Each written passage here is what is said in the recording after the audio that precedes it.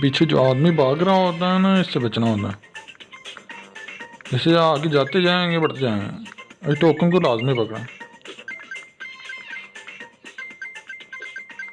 ये इससे एनर्जी आपकी ज़ाया नहीं होगी।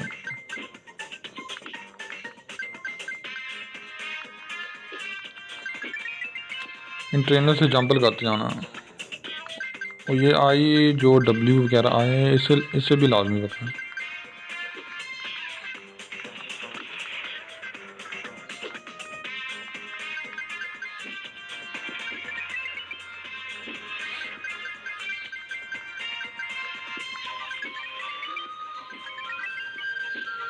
जैसे जैसे आते जाएंगे जंप लगाते जाइए, आस पास आगे आगे बढ़ते जाइए।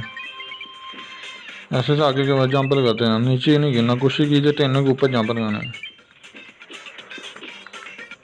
ऐसे आगे बढ़ते जाइए और ट्रेनर के ऊपर जंप लगाइए।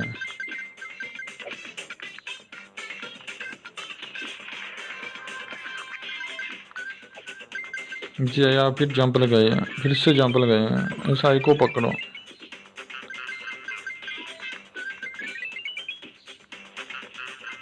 इस ट्रेन से बचे हैं, इससे साइड पे आ जाए, इसे टोकन पकड़ के साइड पे आ जाए, इसे साइड पे आ जाए। अगर वीडियो अच्छी लगी तो लाइक सब्सक्राइब।